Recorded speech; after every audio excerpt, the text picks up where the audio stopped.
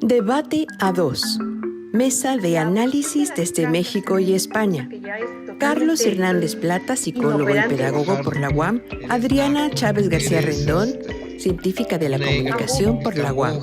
Decolonización del pensamiento, racismo, identidad y sociedad, género, educación, historia, comunicación y sociedad, psicología, pedagogía y otros temas. Buenas noches, una vez más. Estamos otra vez en Debate a dos, mesa de análisis desde México y España, con Carlos Hernández Plata y Adriana Chávez y García Rendón. Buenas noches, Carlos. ¿Qué tal va México? Pues vamos subiendo la pandemia en algunas partes.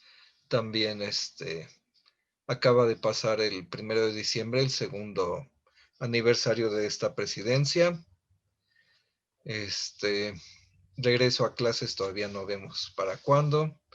En Jalisco el gobernador ya se adelantó entiendo. Sí, presenciales. Entiendo. Sí, el gobernador de Jalisco ya se adelantó que para el 25 de enero, pero nadie en el país cree que vaya a ser así. No hay en su República de Jalisco que se está armando. Pero eso es. El retorno a las clases presenciales, que por lo general, dado que nuestro tema hoy es educación, es en aulas, me imagino. ¿De cuántos alumnos estamos hablando por aula en México, Carlos? Bueno, en escuelas de gobierno estábamos antes de la pandemia ya entre aulas en los puntos, en las ciudades, ya estamos hablando de aulas de 30 alumnos a 50 alumnos. Ahorita con la pandemia, muchos alumnos salieron de escuelas particulares y se anotaron a escuelas de gobierno por cuestiones económicas. La mayoría, pues, desgraciadamente esto nos afecta a todos. Entonces, he sabido que hay grupos de gobierno anotados en lista de 60 alumnos. Sí. Pero al regreso, virtuales. Todavía no se han juntado, pero no sabemos cómo va a ser. Aún así, esto será interesante para nuestro debate, ¿no crees? Porque hablaremos no solamente sobre sobre la currícula de la educación, sino cómo se educan, ¿no? Y en ese sentido, ¿qué características debería tener cuál sería el número ideal para educar y según qué sistema? Vamos a presentar, si te parece, los temas que vamos a tratar hoy, puesto que es un tema tan complejo. Vamos a dar solamente lo que vamos a tratar hoy. Continuaremos en un siguiente debate. De momento, pues empezaremos con el propósito de la educación, el objetivo de la educación en familia, el de la educación en la academia y la educación que recibimos de parte de la sociedad.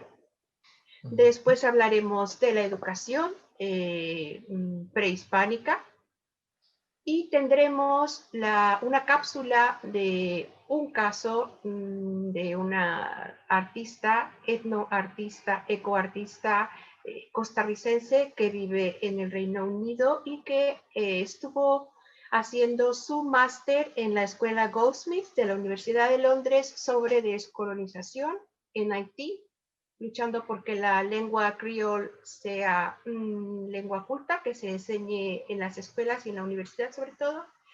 Y terminaremos pues entre los dos comentando pequeños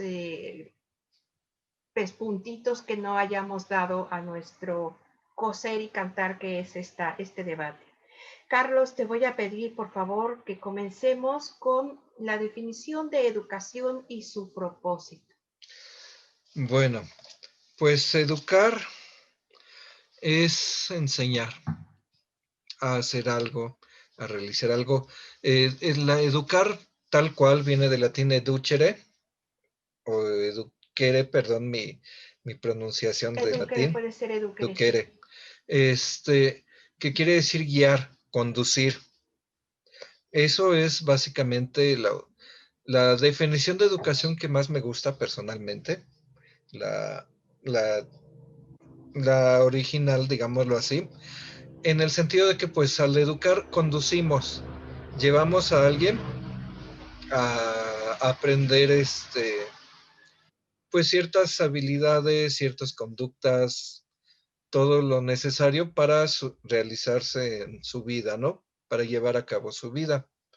Mm. Ahora, en los propósitos de la educación. Bueno, ahí yo... Perdona que te interrumpa antes de que pasemos a los propósitos. ¿Estás de acuerdo con aquella definición de Piaget sobre la educación como la etapa durante la cual los seres vivos aprenden todo lo necesario para la supervivencia? Es una etapa, pero aprender nunca se termina, ¿no? Digo, estamos Ujú, nosotros aquí en pandemia, no importa la edad que tengamos, la mayoría aprendiendo a usar este ujú, medio de comunicación, ¿no? El ujú, internet, ujú. hacer sesiones, compartir contenidos, todo eso. Y pues para nuestra supervivencia, pues es necesario, ¿no? En el mundo laboral actual. Y Entonces es una convivencia. etapa, sí. Yo difiero ahí un poco de Piaget en ese sentido porque pues educar no es una etapa, es permanente, ¿no? El aprendizaje es permanente y me voy un poco más con Vygotsky, con sus andamiajes, con Lev Vygotsky, con el andamiaje, con que pasa algo, hay un cambio y la sociedad es un constructo y nosotros nos tenemos que adaptar y generar Ujú, nuestro propio constructo ujú, para el cual avanzar al siguiente estadio de conocimiento.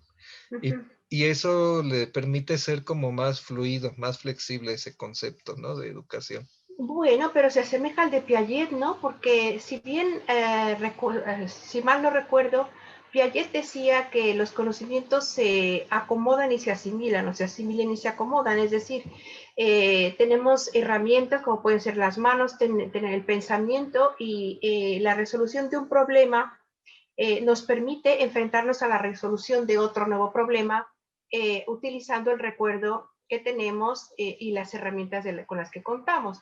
Y por lo tanto, Mm, es un proceso que no acaba nunca y él exactamente. ejemplificaba como una espiral siempre en ascenso. ¿Por qué en ascenso? Porque digamos que el final del aprendizaje estaba en la muerte, ¿no? Cuando Ujú. seguramente hay que aprender a morir, ¿no? También hay que aprender a morir. Es un Sí, aprendizaje que algunas culturas, mm, incluso la nuestra, la prehispánica, tenía en cuenta, quizá no la occidental con la que seguimos ahora. ujú. Discúlpame que te haya interrumpido, Sí, no, continúa, por no te favor. preocupes, excelente. Bueno, pues la educación se encuentra en todos los seres vivos, ¿no? En la mayoría de los seres vivos. Los animales entrenan a sus cachorros, les enseñan lo básico, como nuestros papás nos enseñan a nosotros y nos enseñan lo básico. Sin embargo, esto tiene que ver con el tipo de educación tiene que ver principalmente con nuestro desarrollo intelectual. El ser humano se diferencia del resto de los animales con su desarrollo intelectual, la capacidad de modificar el mundo a través de nuestras ideas y pensamientos, lo cual requiere un entrenamiento más largo. Ujú. Para sobrevivir en los primeros tiempos, la educación del ser humano, pues era conseguir los elementos necesarios para sobrevivir, como mencionabas, pero también para convivir, porque somos seres gregarios, Por somos supuesto. seres que necesitamos de los otros para poder llevar a cabo nuestra vida. Entonces, aprender a hacer las cosas, aprender a convivir y de ahí va surgiendo los elementos culturales, ¿no? Que identifican a cada grupo, todo eso.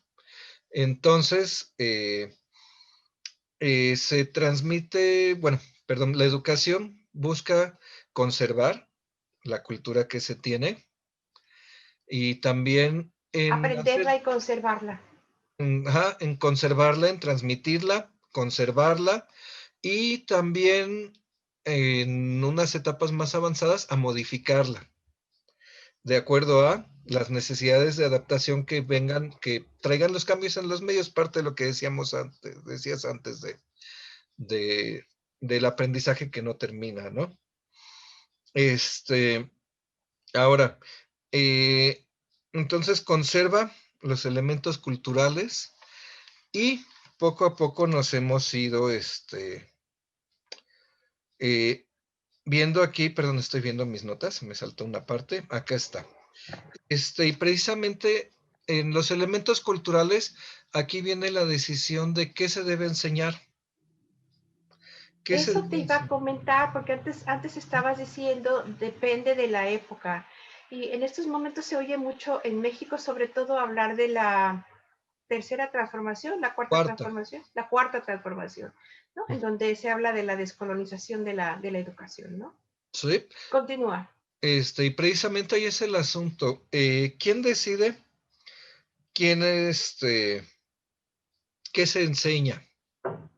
Y cuando ya estamos en un entorno cultural, decide una élite elegida de cualquier forma. Estoy hablando de principios de la historia de la humanidad, los ancianos, el círculo, el grupo de ancianos, el chamán, el brujo, el sacerdote.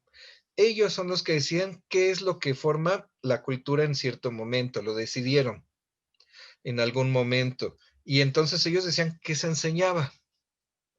Y ahí es donde por medio de la educación se utiliza no solo ya como una herramienta de conservación, de transmisión de conocimientos, de conservación de la cultura, sino de control.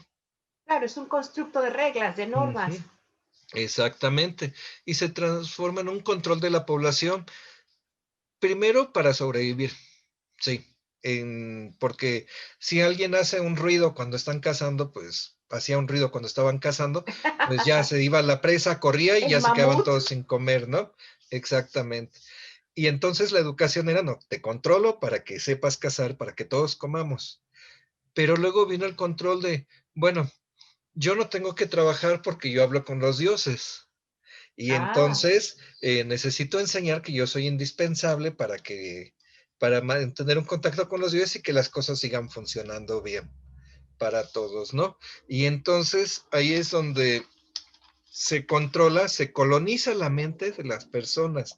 Ahorita que hablamos de educación y descolonización, yo siento que ahí es donde empieza la descolonización, donde nos meten la idea de tenemos que comportarnos de tal manera, tienes que seguir tales reglas, pero ya no para sobrevivir, sino para mantener un status quo.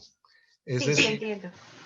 Sí, no es que sí, estés defendiendo en estos momentos la anarquía total, que cada uno haga lo que quiera, sino que no, vamos encaminados hacia la defensa de un status quo. Sí, continúa, Carlos, por favor. sí, exactamente. Entonces, aquí es donde se busca perpetuar la sociedad, cualquiera, cualquiera sociedad, cualquier imperio, desde el hitita, los asirios, el Egipto antiguo, el Roma, etcétera, etcétera, etcétera, hasta la actualidad, se busca perpetuar la sociedad y la forma en que ésta funciona.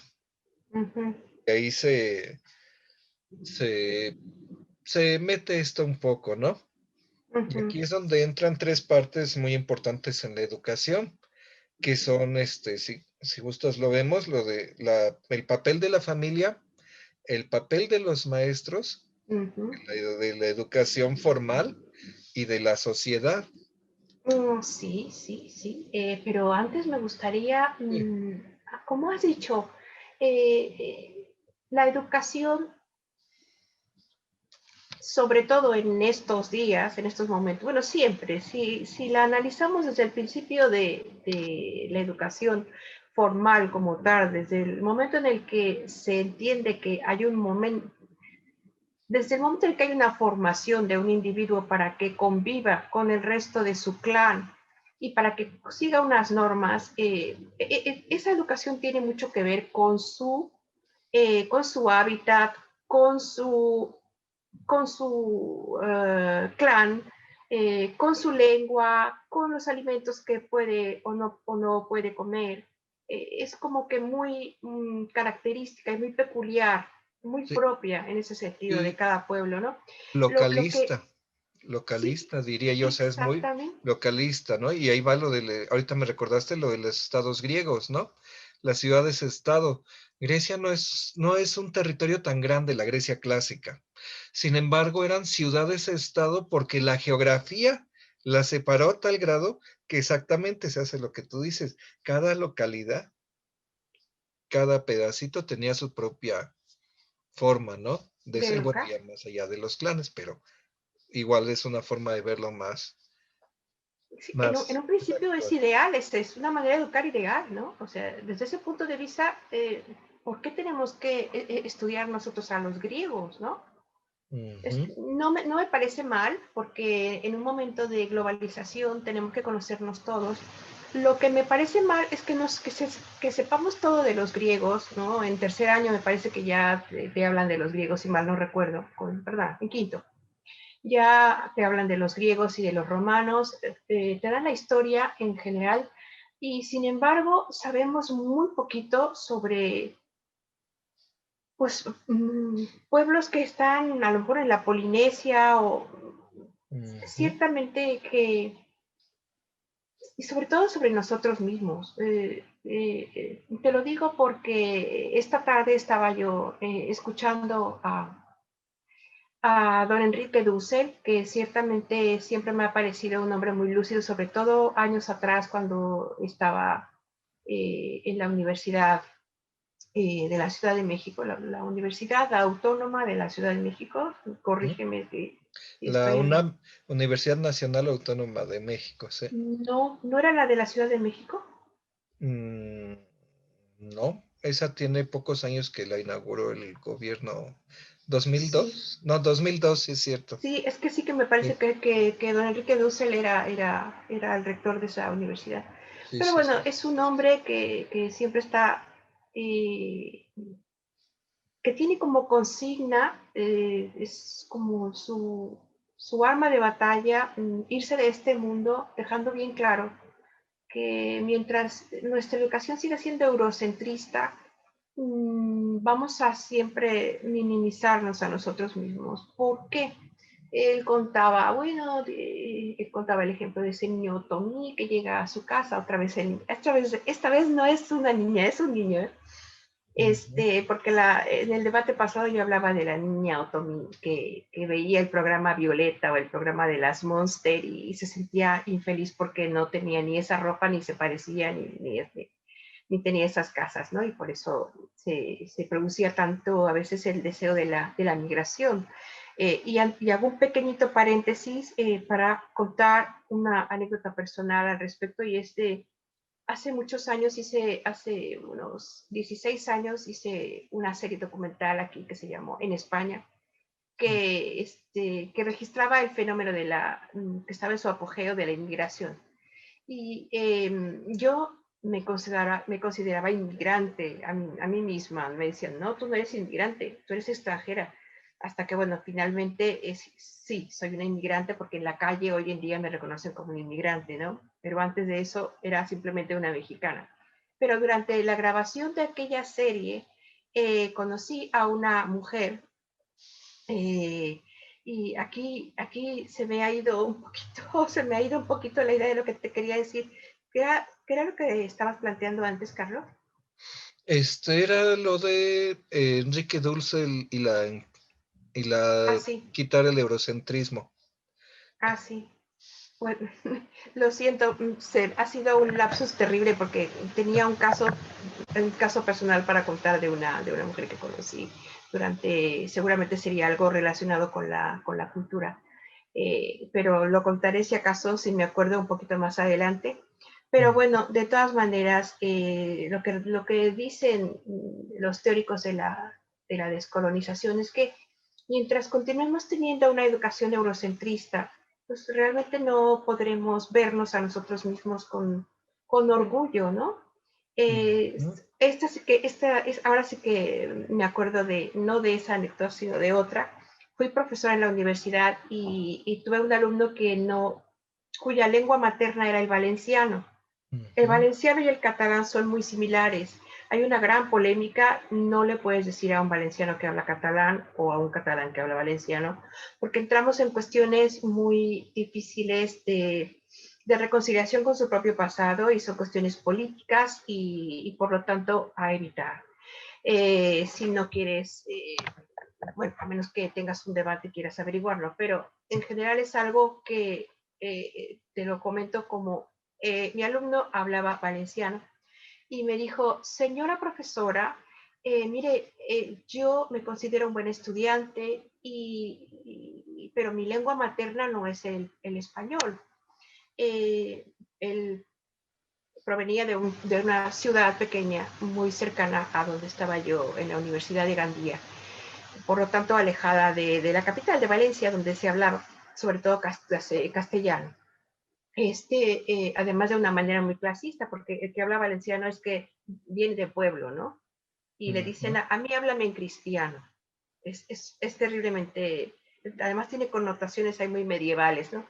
Sí. Entonces el alumno vino a mí y me preguntó si podía hablarme en valenciano, porque él no podía ser elocuente y quería que yo le conociera en su lengua. Y yo le dije, claro que sí.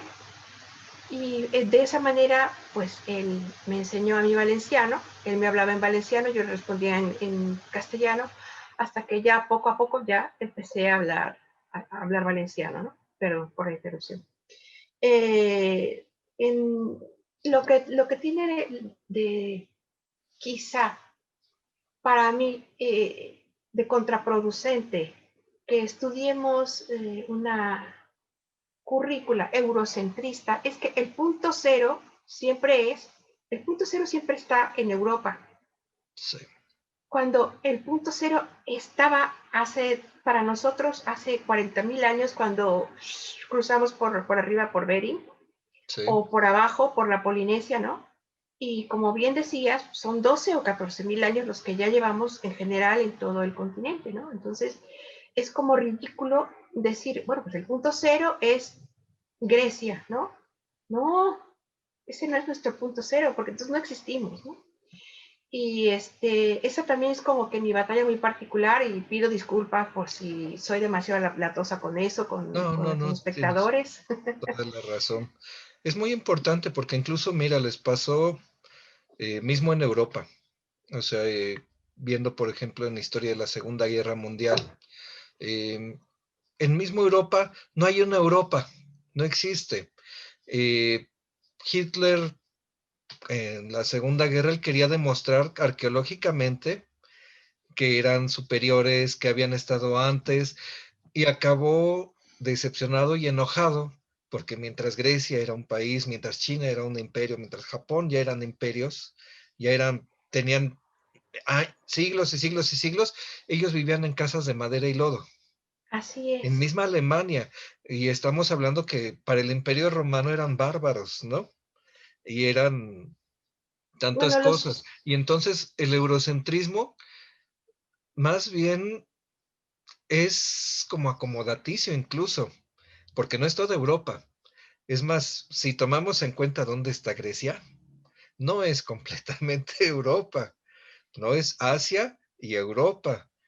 O sea, sí, geográficamente, se le considera culturalmente, Europa todavía, aquí por lo sí, menos. sí, pero ya estaban junto, su tradición ya no es completamente de esa zona, sino que ya tenía influencias de Asia, ¿no? De los Sí, imperios que estaban sí, ahí sí, al lado. así es. Y el que los romanos llegaran y transmitieran todo eso al resto de Europa con la conquista, crea la ilusión de somos una y unida. Desde entonces, ¿no? Cuando lo fue cierto, ¿no? Que todos los caminos llevaban a Roma porque, pues, la vía Apia o las vías que pasaban y pasan, se ven los puentes en Sí, sí, los caminos que todavía existen y funcionan y sí, tienen, yo por allí a veces voy con la bicicleta por la Vía Apia, sí, a ver si llego a Roma. exactamente, ¿no? Y si la sigues, sí llegas. Debe tener ya tramos súper cortados, pero debes de llegar. ¿Por qué? Sí, Porque hicieron que Roma fuera el centro de Europa.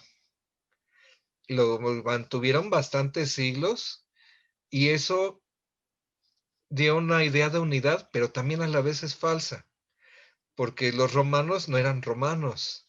Sus ejércitos eran godos, hispanos, bretones, galos, todos los pueblos conquistados a final de sí, cuentas tenían que contribuir al ejército y todos por haber nacido bajo el imperio, bajo el águila, eran romanos. en No romano, importaba sí. si eran de Numancia o de donde fueran. Valencia mismo es Sí, romana, es de fundación romana. exactamente, y entonces todos eran ciudadanos romanos. Ujú. y cada quien sus dioses y sus costumbres, ¿no? Así es. Mientras obedecieran al emperador y pagaran su dinero. ¿Y qué sucede precisamente qué sucede con las conquistas, ¿no? Con la colonización de los pueblos europeos ya mucho después de Roma, pues que nos imponen esa idea de que lo suyo es lo correcto y somos uno, ¿no? Sí, Y borrón y cuenta nueva.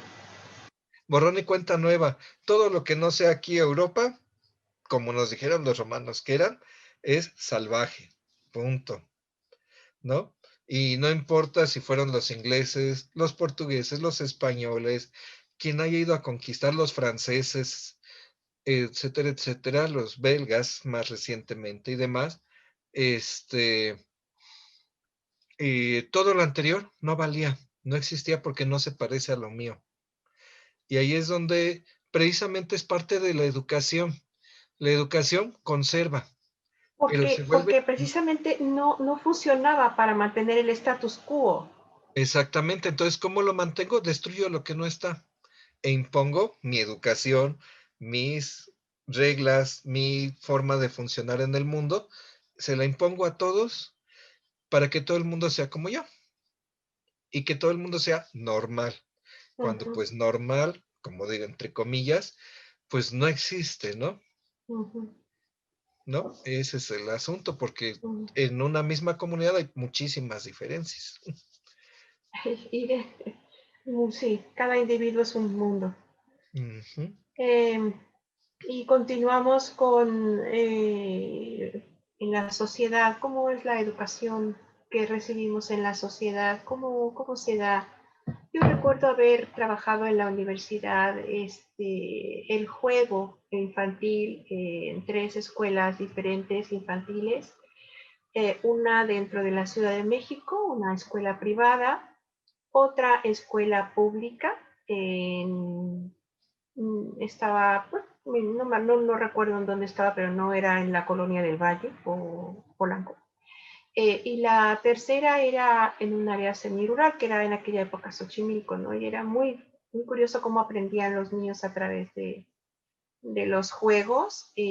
Aprendían, mientras que los de las escuelas eh, de la Ciudad de México aprendían a ser como los superhéroes Ujú. de la Marvel. Los niños de Xochimilco sus héroes eran los luchadores. Sí. Sí, y es que exactamente ahí varía mucho por el acceso cultural que se tiene, ¿no? Por ejemplo, eso que me dices de los niños de Xochimilco, ya para los 70s, 80s de este siglo, son los 40, 50 de mi papá en Guanajuato, que llegaban las estampitas, los cuentos de luchadores que rentaban, todo eso a los niños, porque pues no tenían dinero para comprarlo, entonces los rentaban por un centavo, y luego se ponían a jugar a hacerse las llaves. ¿No? Y cosas así. Pero es que era lo que les daba la sociedad.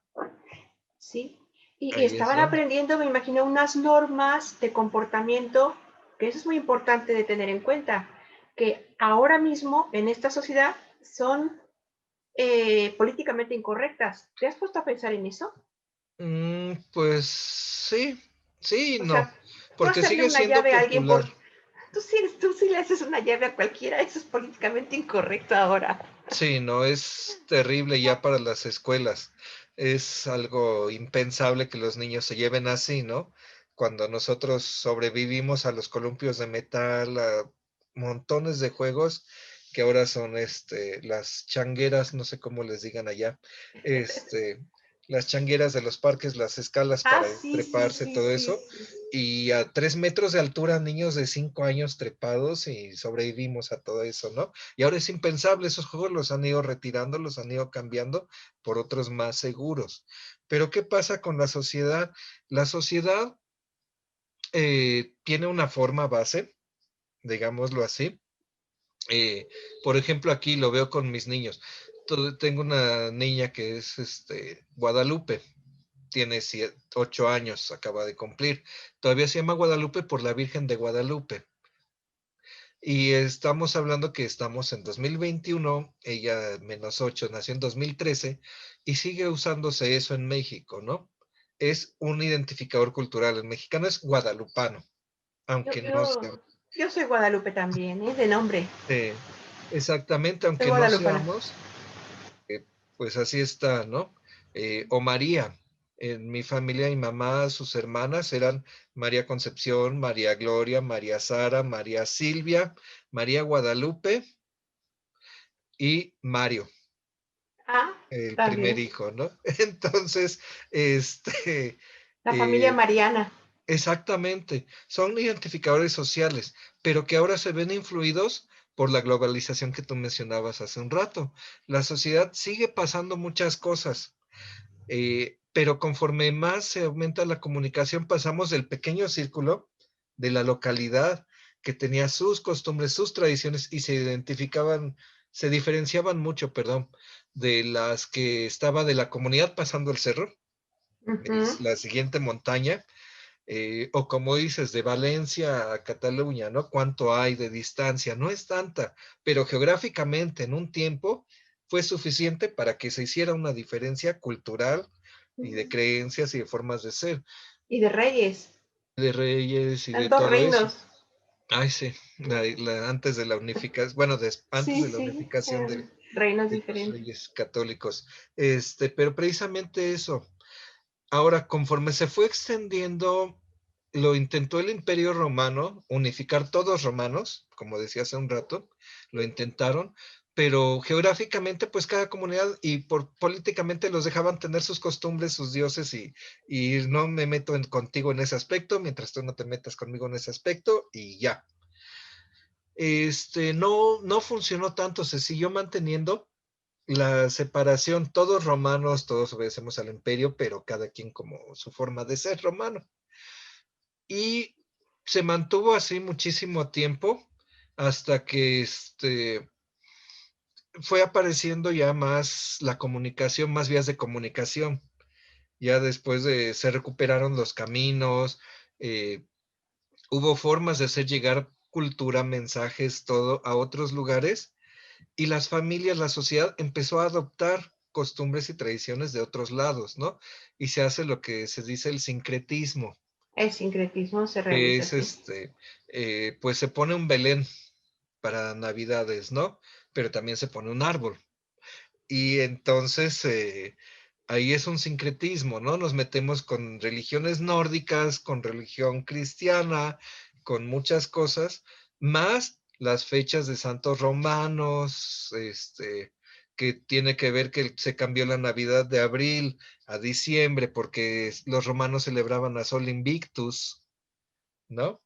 Y entonces, y el culto mitraico y otras cosas que, Bueno, la Navidad la cambió Gregorio, ¿no? En el siglo III me parece que fue, ¿no? Pasaron sí, 300 años, ¿no? Hasta sí, que, sí. así es, pero tiene que ver con que todavía prevalecían pues las antiguas tradiciones y los antiguos dioses. ¿Cómo los Así quito? es. Les meto el mío encima, ¿no?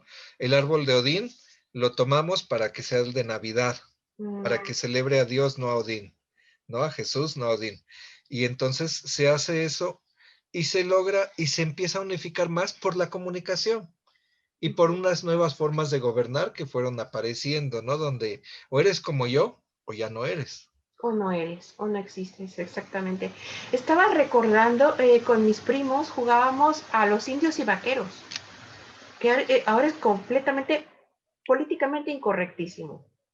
Sí, exactamente. O sea, eso de lo políticamente incorrecto me hace pensar que pertenezco a una generación trans políticamente incorrecta, o no sé cómo decirle, ¿no? De que he pasado de lo políticamente correcto del siglo XX a lo políticamente correcto del siglo XXI, ¿no?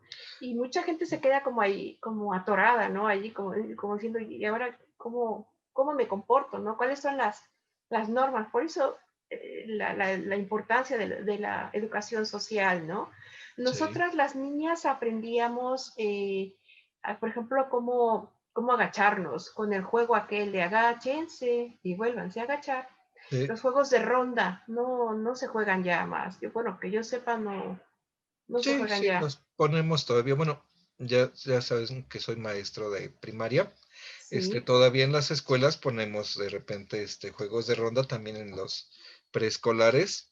Se conserva, tratamos de conservarlos, porque pues es parte, aunque sean tradiciones heredadas de la colonia, pero pues son algo que nos forma como mexicanos en este caso, ¿no? Sí, ¿qué nos enseña, por ejemplo, el juego de ronda? Nos enseña a adquirir roles, nos enseña la cooperación en el grupo. ¿Qué nos enseña, Carlos, el juego de ronda? Pues como dices, yo creo que principalmente la cooperación. El juego de ronda no es tan competitivo como otros juegos, porque al final todos ganan de una forma u otra, ¿no? El chiste es hacerlo todos parejitos, es también crear comunidad, hacer el sentido de podemos trabajar juntos y funcionar a la vez, porque todos estamos haciendo el juego de ronda con los mismos movimientos en el mismo tiempo, a veces hay varios Así que es. así lo presentan.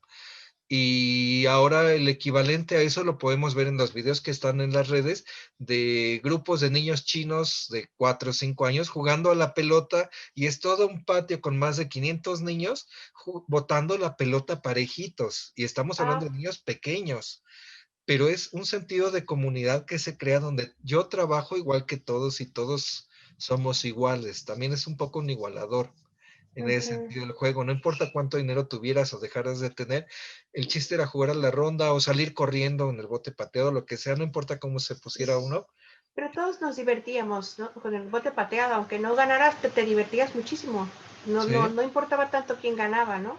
En exactamente. cambio, esta sociedad sí que nos exige ahora mismo. Estamos en el siglo XXI. Yo estoy en Europa, tú estás en México, pero eso es lo mismo.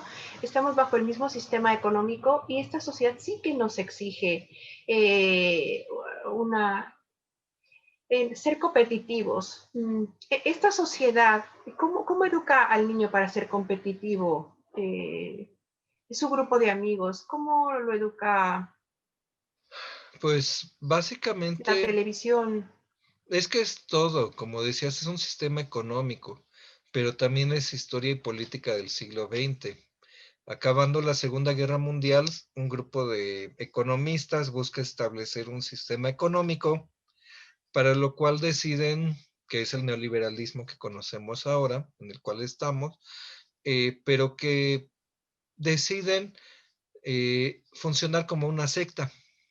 Eso yo creo que es lo que les hizo ser exitosos. Deciden funcionar como una secta. Yo me reúno, nos reunimos paulatinamente, nos empezamos a infiltrar en ciertos círculos y empezamos a preparar a las élites que van a gobernar el mundo algún día, y les vamos a pasar nuestras ideas.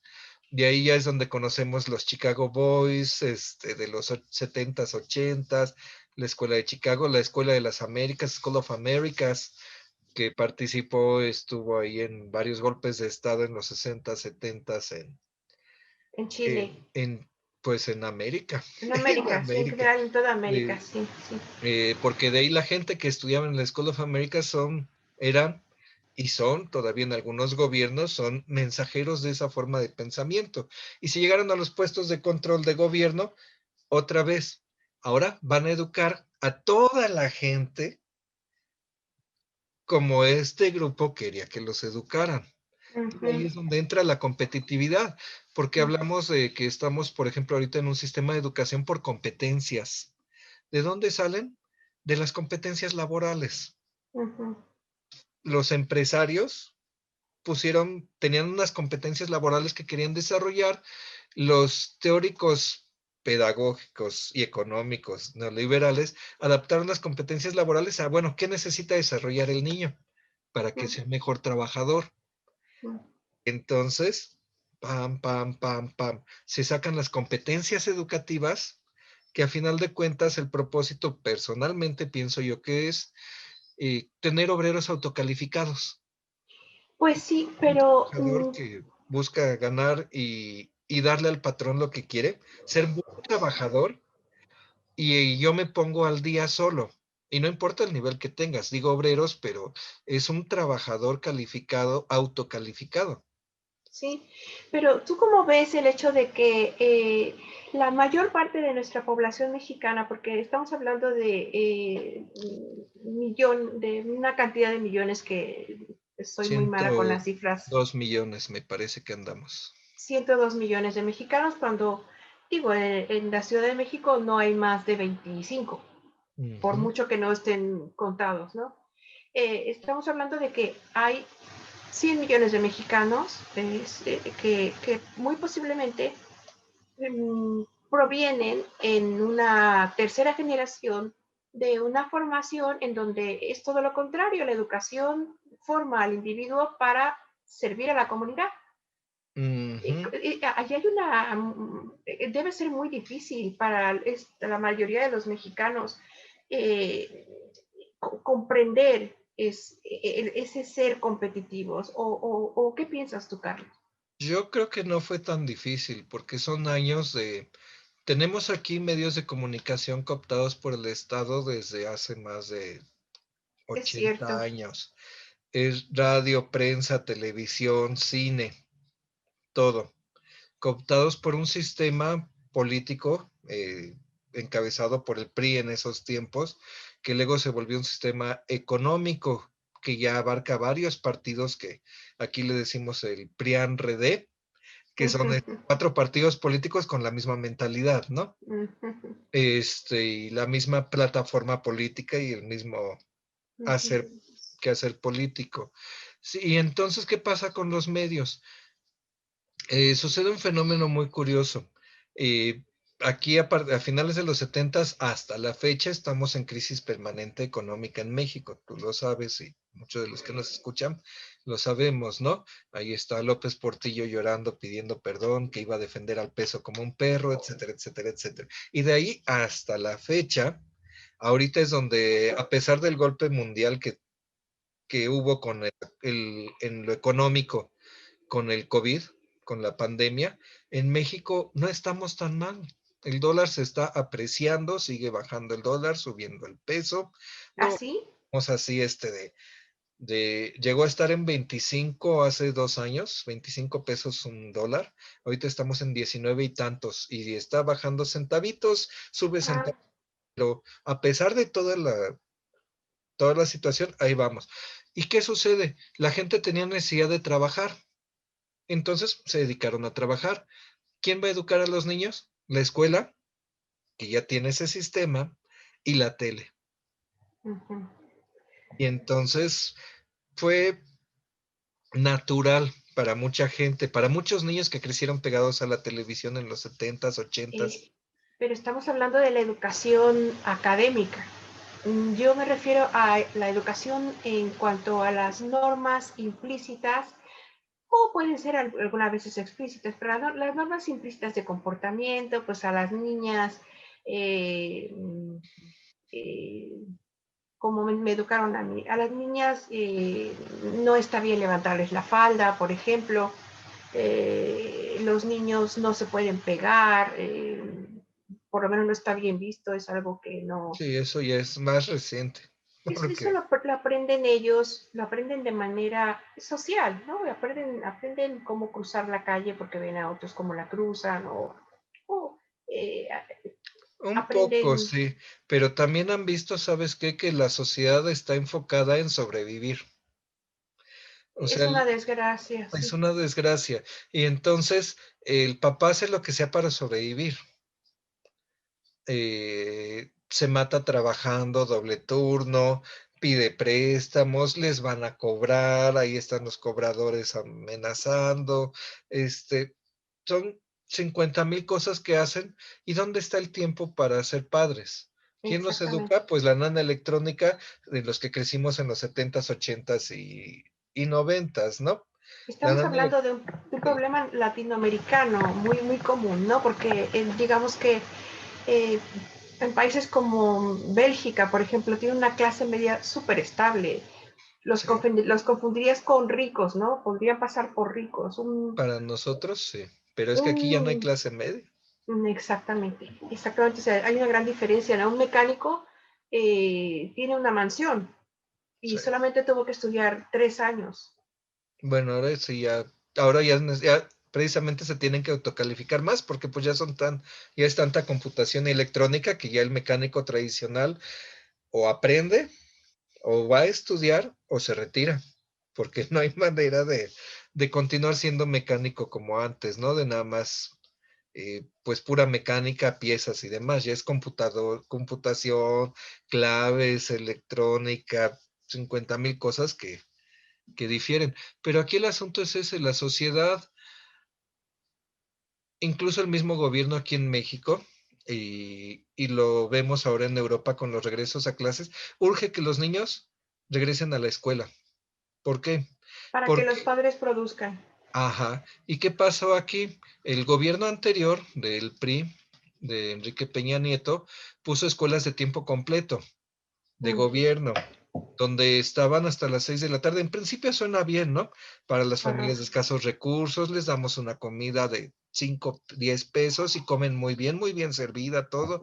Y los maestros se quedan con ellos, les ayudan a hacer las tareas, qué bonito, salen a las 6, 6:30 de la tarde, que les vaya bien.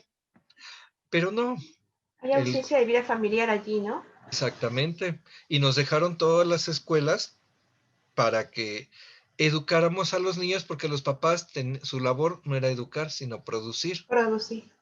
Y entonces ahí es donde estamos, pues ahorita en la transición mundial, porque también muchos países así están, ¿no?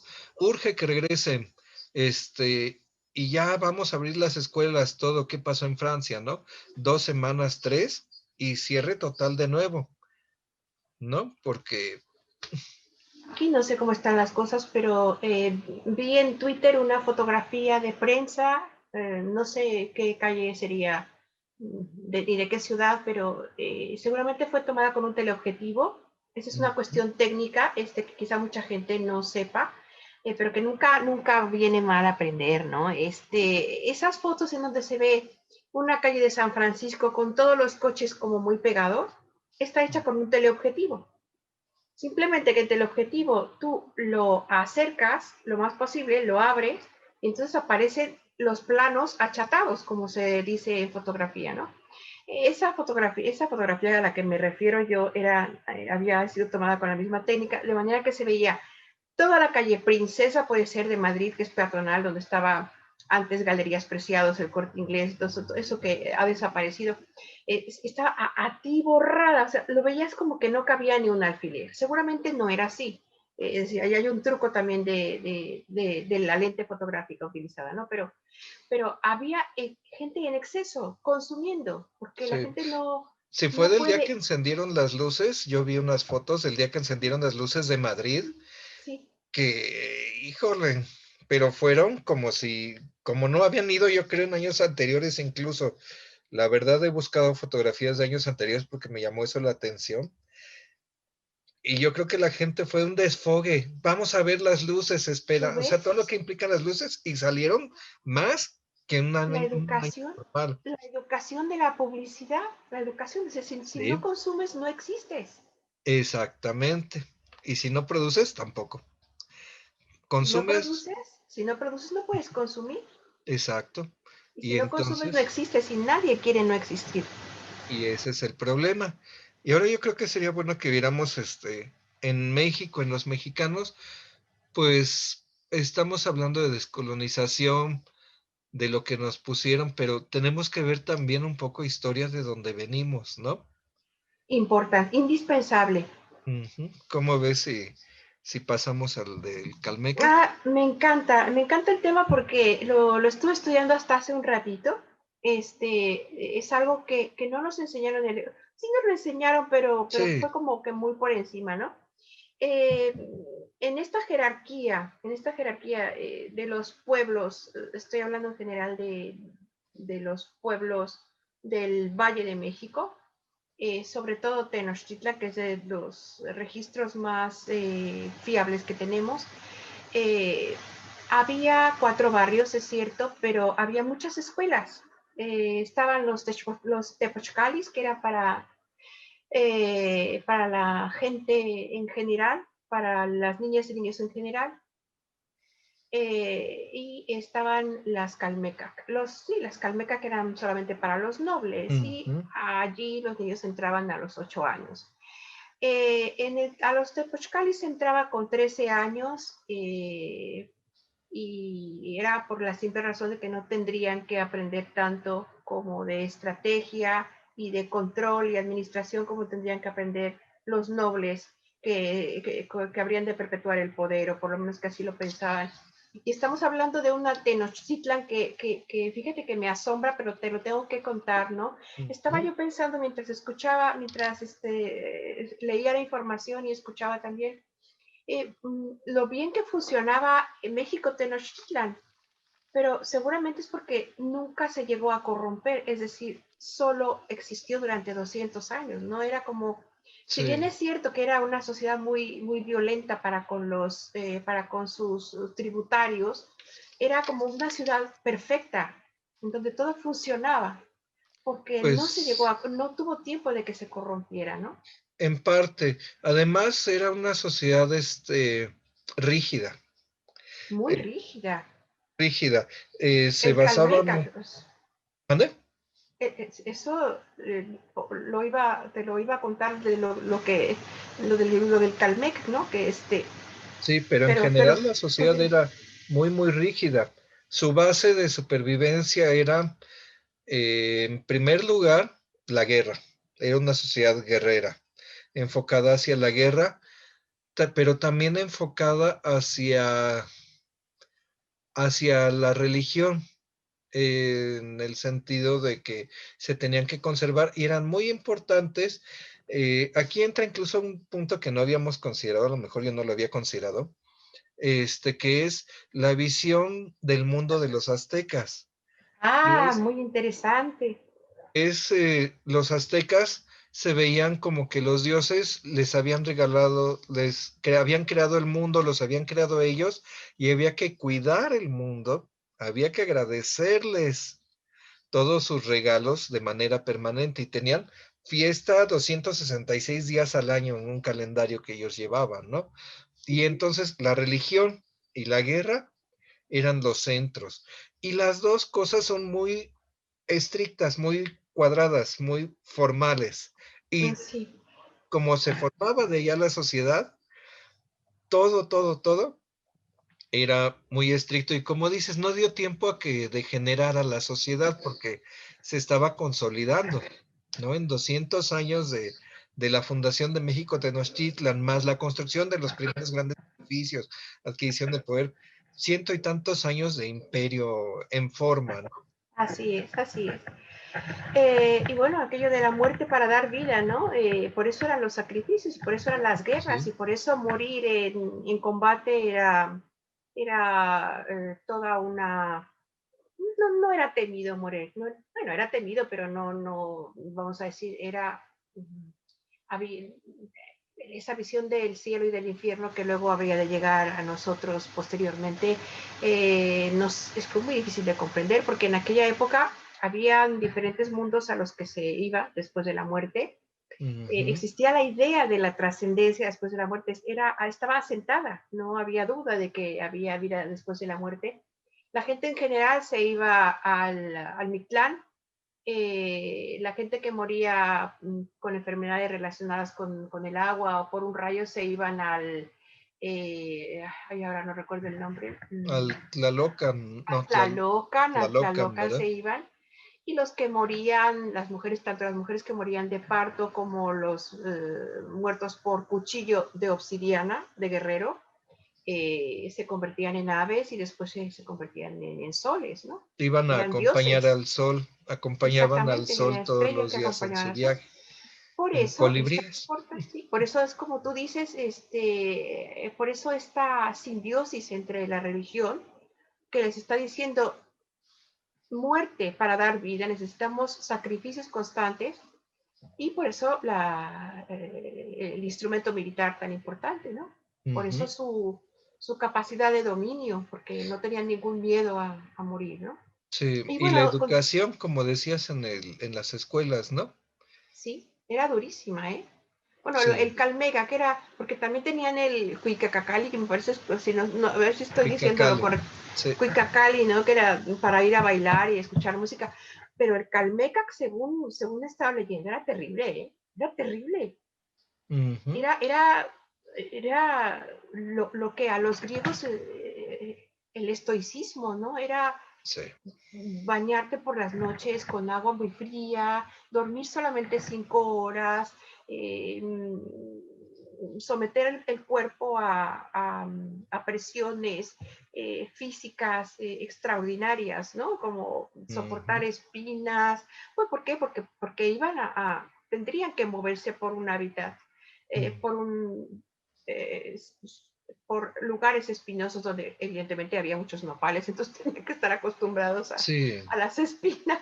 No, y hacían su sacrificio de sangre diario, también Efectivamente, picándose con las púas de maguey.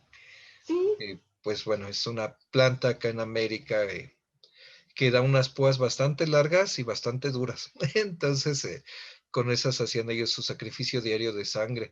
Y más que nada, tiene algo muy importante la civilización azteca. Es la primera civilización que se tiene registrada que trató de educar a todo el mundo, eso parece, a los no lo sé, suyos. no estoy segura porque ahora mismo no tengo el dato de cómo era la educación en la época de los romanos o de los griegos. Si bien es cierto que en la griega clásica no todo el mundo podía estudiar, es decir, los esclavos no estudiaban. Sí, sí, no, ni Quizá los extranjeros, ni los exactamente los que no metecos. eran de la polis, ¿no? Los que no pertenecían a la polis, los que no eran ciudadanos, pues no podían estudiar. Eso he escuchado. Sí, y en Roma tampoco, ¿eh? No había educación para todos. Mucha gente era analfabeta, por eso no se tenían la costumbre de si había un edicto, salían alguien al foro a leerlo, ¿no? Y lo llevaban y lo pegaban en distintas partes del imperio y por eso estaban los voceadores, los pregones que daban los edictos, ¿no? E incluso en China no había, aunque sí había escuelas donde podía uno ingresar y todo, digamos, de los imperios más antiguos todavía, pero no se tenía tampoco la intención de educar a todos. Los aztecas al menos pensaban que en Tenochtitlan todo mundo, excepto los esclavos, este, recibieran educación, ¿no? Ellos diferenciaban su, su sociedad por clases sociales, hasta arriba la tuani, el que habla, el que ordena, seguido de, bueno, seguido de los nobles o Los pipiltzin, pipiltin, sí, pipiltin, ¿verdad? Sí, pipiltin, sí.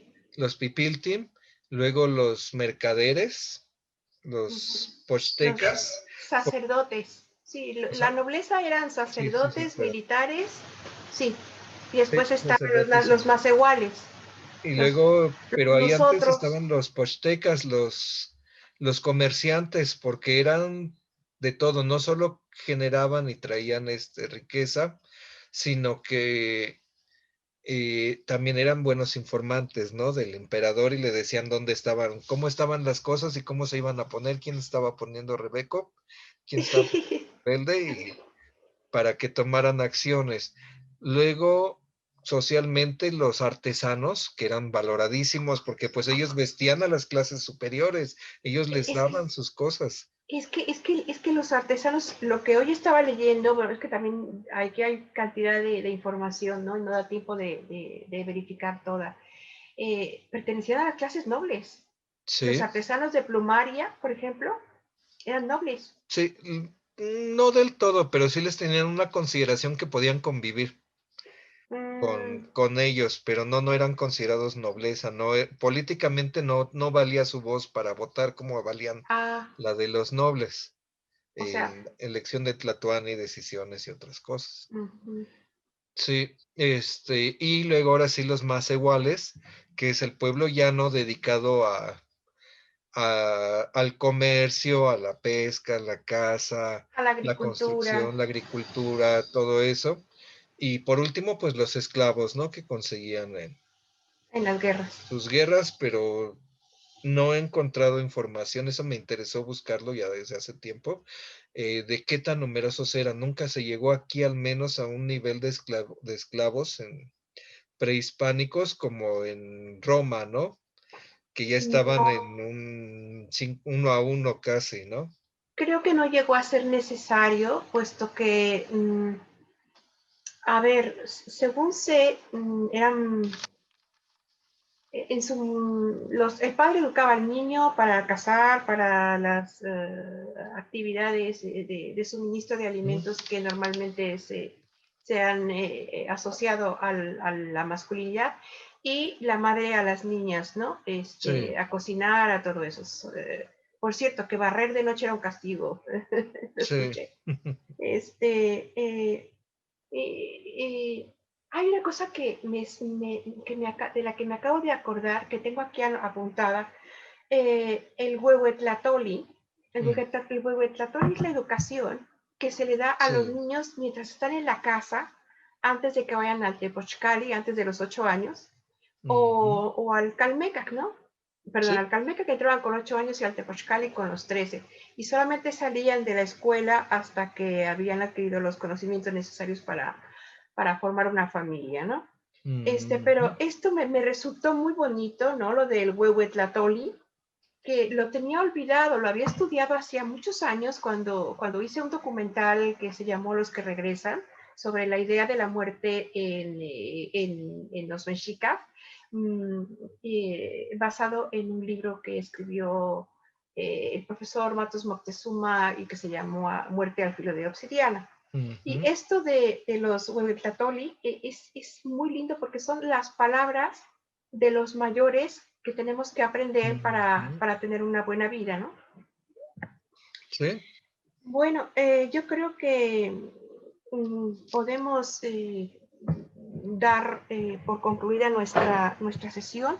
Antes, me mm, gustaría preguntarte si tienes algún otro comentario y si no, pasamos a lo... no, yo creo que más que nada abundar un poquito más en la educación Ah, del sí. Calmeca que el Telpochcali. Estuve Y no hemos revisando, hablado de la educación en la familia. sí, exactamente, me regreso tantito. La educación en la casa está dividida por sexos. Los niños aprenden con el papá las labores, el ayudar en la milpa o el cazar, lo que tengan que aprender con el papá, lo aprenden. Las niñas con la mamá aprenden a llevar la casa, aprenden los cantos en parte de la religión, eh, las costumbres.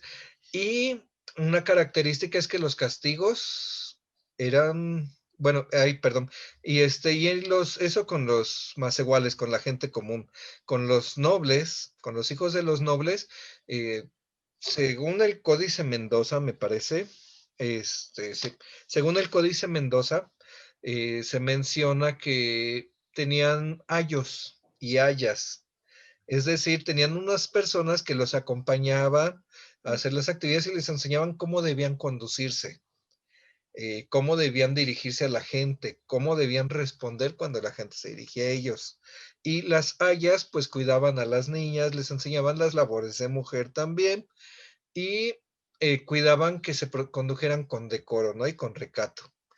Y para ambos, nobles y plebeyos, más iguales y Pipiltín, perdón, tenían eh, un asunto que los castigos eran severísimos, eran durísimos, Sí, y eran apaleos, era picarlos con púas de maguey, sí. este, uno de los más duros era, bueno, sentarlos en un hormiguero, o en la tierra mojada, y uno de los más duros, al menos en los más iguales, pues era el ponerlos a oler el humo de chile quemándose, ¿no? De Ah, ají sí. quemándose.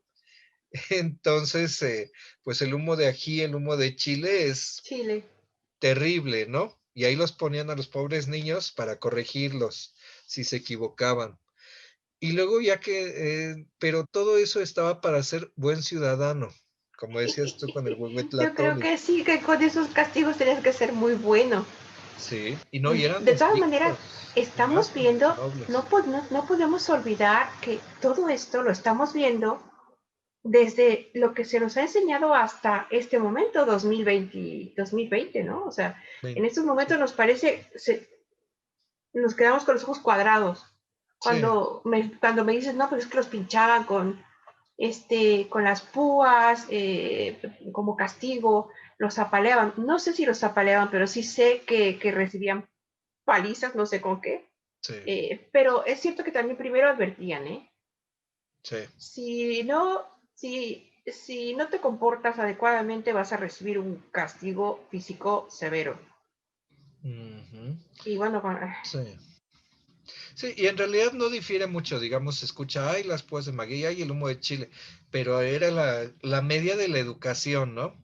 pues sí, y no tenemos por qué Entonces, compararla con lo que se enseña hoy, ¿no? Y el niño hace sí. prácticamente lo que quiere, ¿no? No, y era la media de la educación en el mundo para educar a los niños, ¿no? Bueno, de aquí eso en las casas. Ahora la diferencia entre el Calmecac y el Telpochcali que comentabas, no es solo quién asistía a cuál, sino Los para contenidos. qué se enseñaba y por qué, y cómo se les trataba. En el caso de los plebeyos, de los más iguales, iban al Telpochcali, principalmente a aprender a ser guerreros. Sus maestros eran los guerreros reconocidos, que les enseñaban la lucha, que les enseñaban todo eso. Aprendían también las labores comunitarias. Ellos eran las cuadrillas de Sí, reparación de diques, las cuadrillas de sí. construcción, todo eso. Las Ellos eran obras públicas, sí. las obras públicas. Y también ayudaban a los mayores conforme iban creciendo. Aparte, primero aprendían a pelear en la escuela. Luego iban para ayudarles con las provisiones, atender heridos, todo eso, las batallas. Después participaban, pero pues ya en grupos, ¿no? Como ayudantes de los mayores, para ayudarles a controlar y a capturar a los prisioneros. Sí, Porque en la guerra azteca algo que nos saltamos el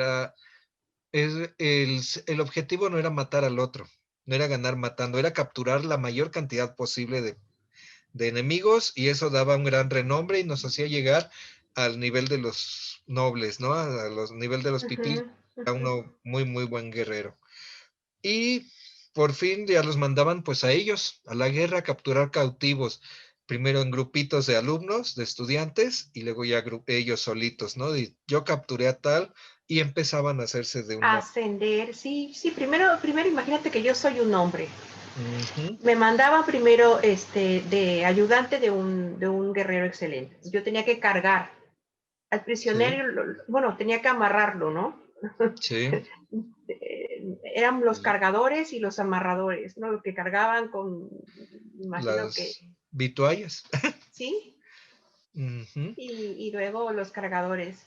Imagínate que tú y yo queremos quedar, estamos en 1490, ¿no? Oye, ujú. Carlos, ¿por qué no nos vamos esta tarde a la milpa? Porque hay un reventón, porque Maricruz cumple 15 años.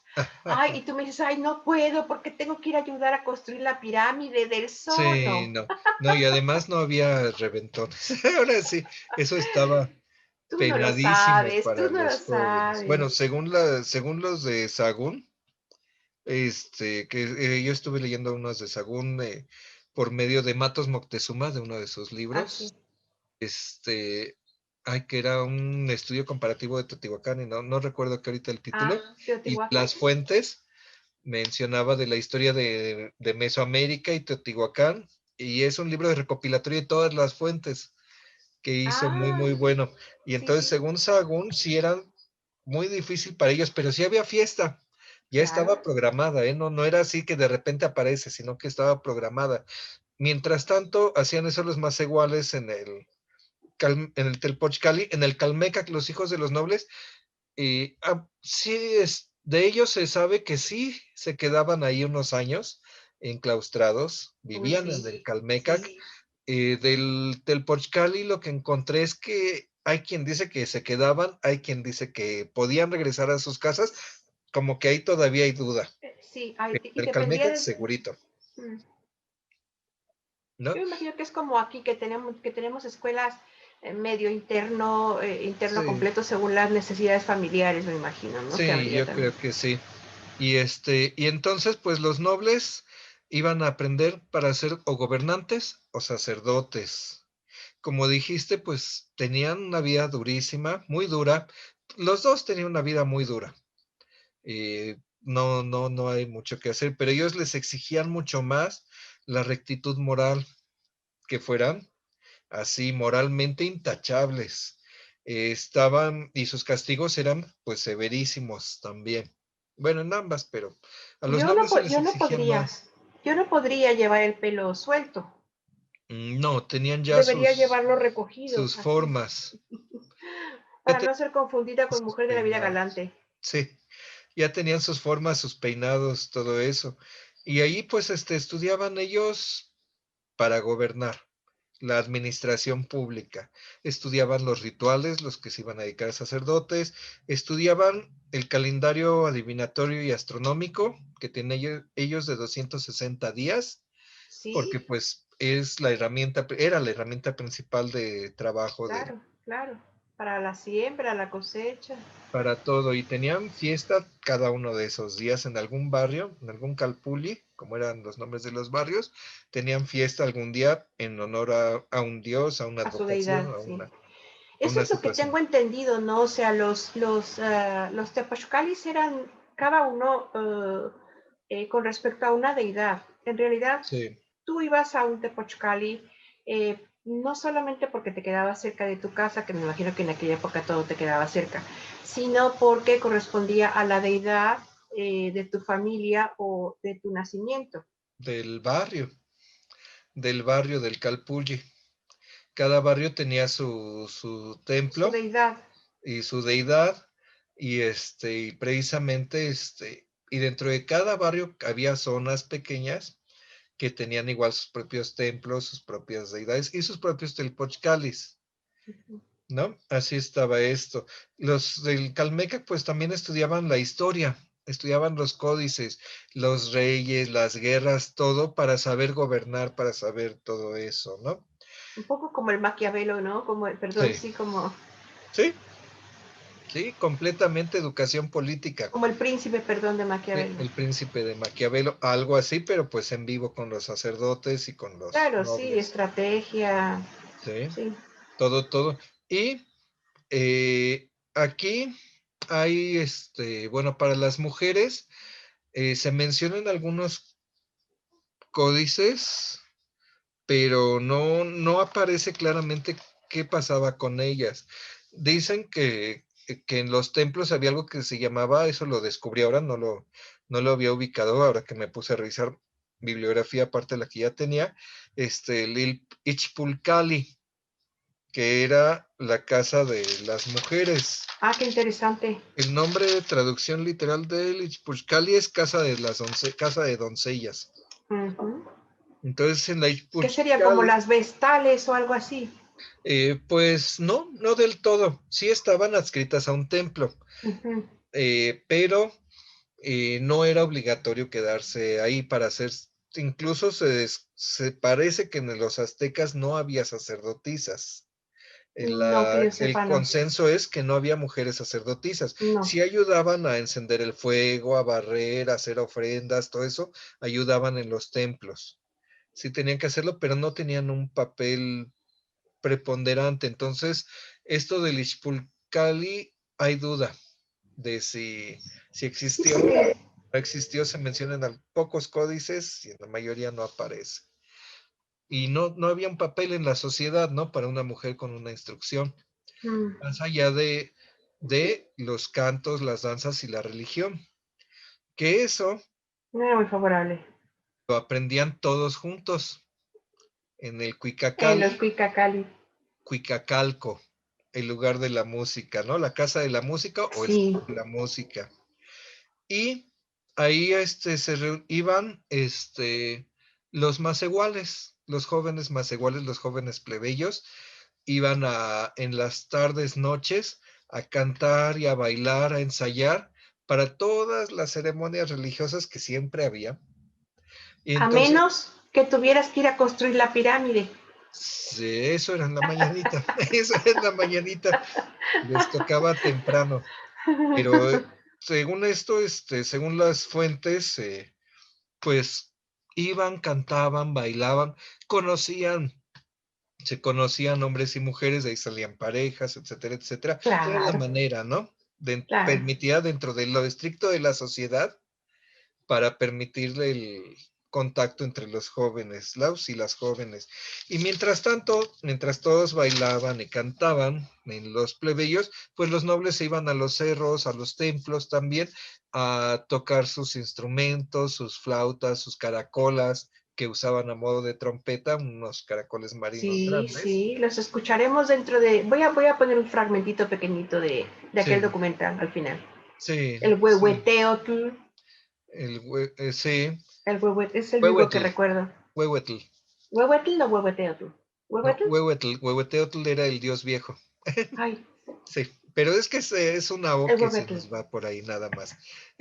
Pero bueno, y entonces ellos iban y hacían su sacrificio de sangre de las noches para los dioses, se acababa el baile, el canto, regresaban los jóvenes al Cuicacali de los más iguales, regresaban en la mañana, ya que se iban todos a su casa o al Telpochcali, regresaban en la mañana al Cuicacali, pero ya no a bailar o a cantar, sino a verse con los jóvenes nobles que eran los encargados de organizar las cuadrillas de trabajo de Ah, labor pública ah, y de ponerlos a trabajar y de supervisarlos. Entonces ahí los dos trabajaban tempranito en las obras que hubiera que hacer por el pueblo, no por la comunidad. ¿no? Y de allí viene la tradición de ayuda comunitaria, ¿no? Y de ascenso social en nuestros pueblos originarios en México. Exactamente, y se conserva y en estos últimos 2 años se ha retomado mucho. Por ejemplo, se hizo un programa de caminos en pueblos que nunca se habían hecho caminos, que dice el PRI que estuvo de gobierno en Oaxaca más de 90 años, dicen que eso es un programa populista, pero nunca les hicieron un camino decente a los pueblos, a muchos pueblos en Oaxaca, en el cual el gobierno puso los materiales y, y algunos ingenieros, que eran los que dirigían, como si fueran nobles, algunos ingenieros y algunos maestros albañiles, para que el pueblo construyera sus caminos. Y verás qué Bueno, bueno, caminos tan hermosos han hecho. Son de concreto, de piedra, muchísimo mejores que cualquiera que les hubieran hecho de pavimento, ¿no? De chapopote y piedra. pues qué Entonces, bonito. Y retoma todo eso. con esto te parece que demos casi por terminado nuestro debate.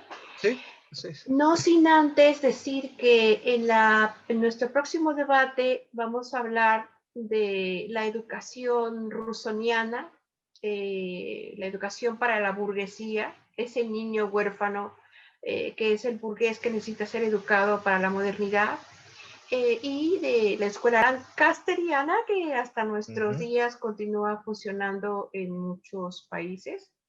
Y me despido presentando vamos a poner una cápsula grabada de eh, Carmen Lamberti, es una ecoartista y etnoartista. Eso quiere decir que trabaja con la naturaleza y por la naturaleza, que nos va a hablar de su experiencia dentro de un intento de descolonización de la educación durante su maestría en la Universidad de Londres, en la Escuela de Goldsmiths. La maestría se titulaba Arte y Política y va encaminada a estudiar la descolonización. A continuación, pues, montaremos esta entrevista y después nos despediremos Carlos y yo. Buenas tardes, Adriana. Buenas tardes, Carlos. Muchas gracias por invitarme a su espacio Debate para Dos.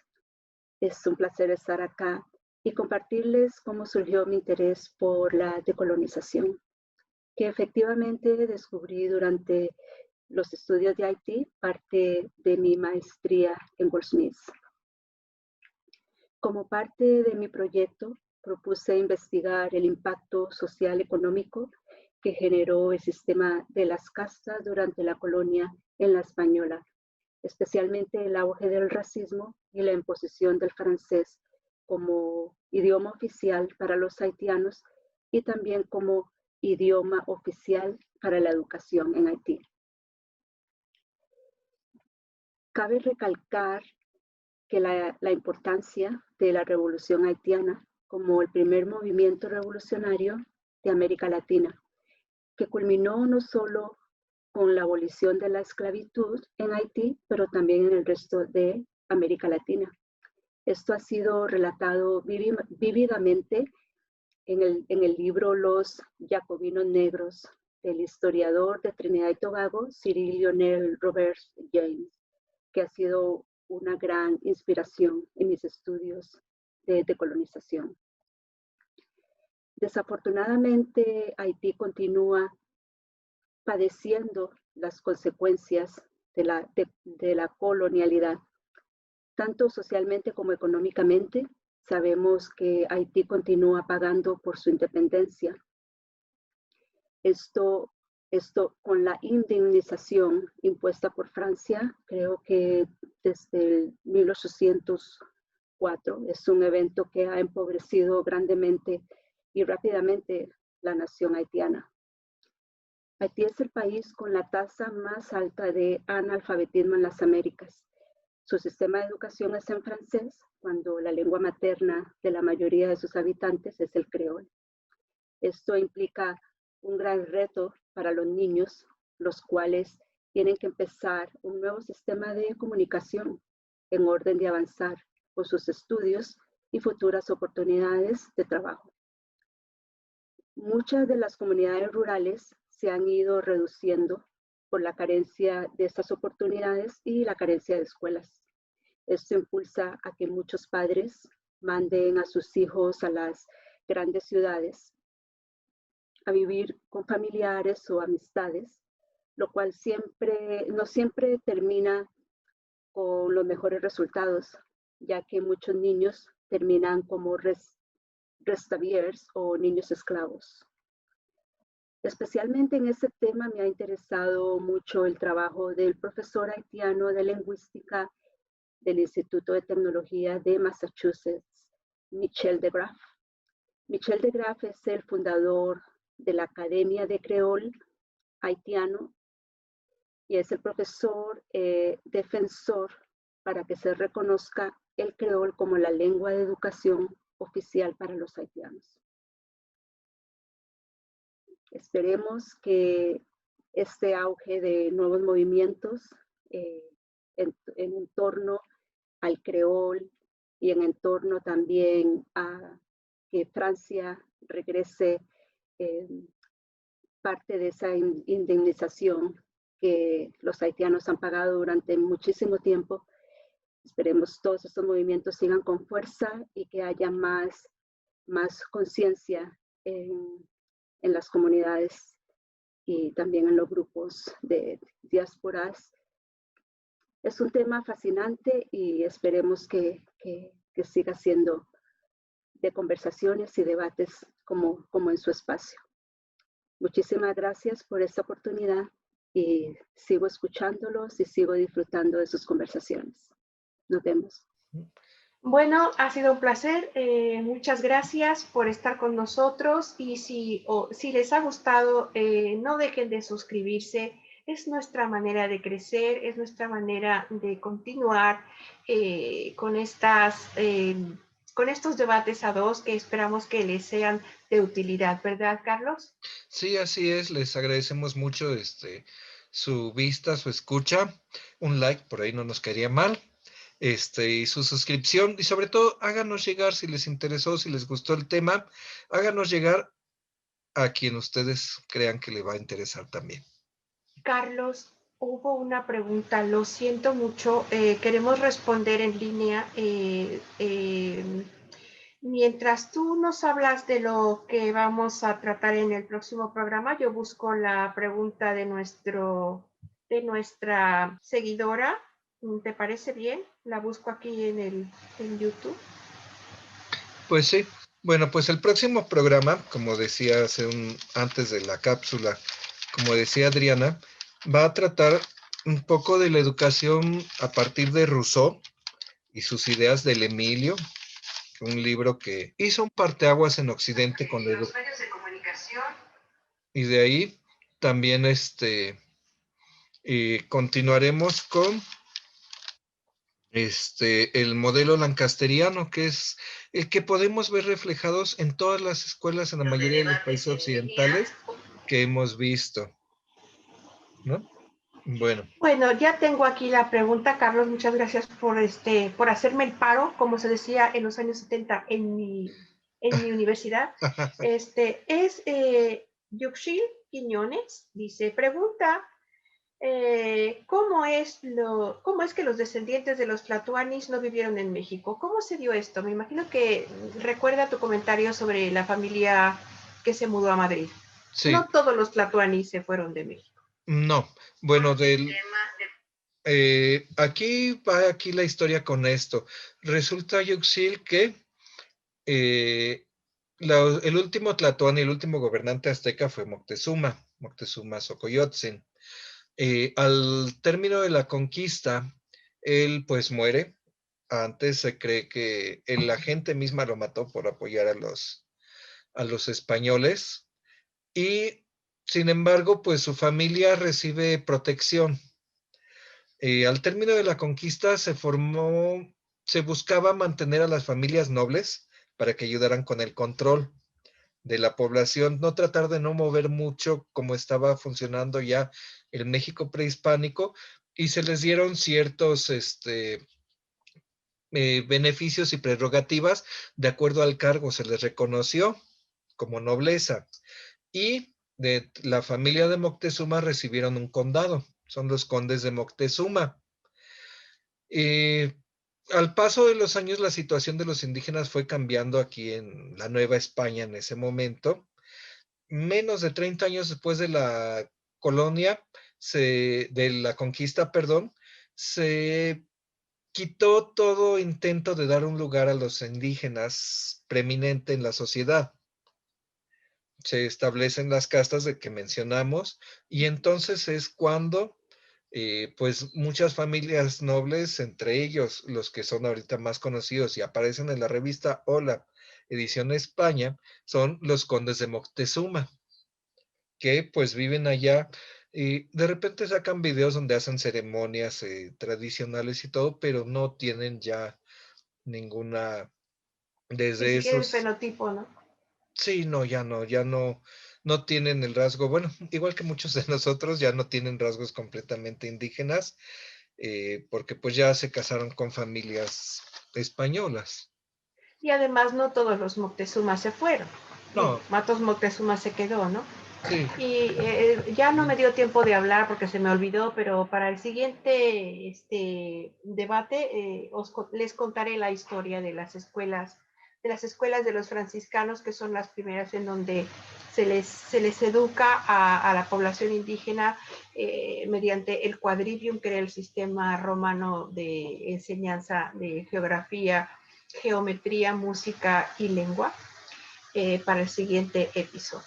Y con esto yo creo que nos despedimos. Muchas gracias. Buenas noches a todos. Buenas noches, Carlos. Hasta luego. Buenas noches, Adriana. Hasta luego. Buenas noches a todos. Debate a dos. Mesa de análisis desde México y España. Carlos Hernández Plata, psicólogo y pedagogo por la UAM. Adriana Chávez García Rendón, científica de la comunicación por la UAM. Busca el circulito negro con líneas verdes en YouTube. Allí nos encontrarás.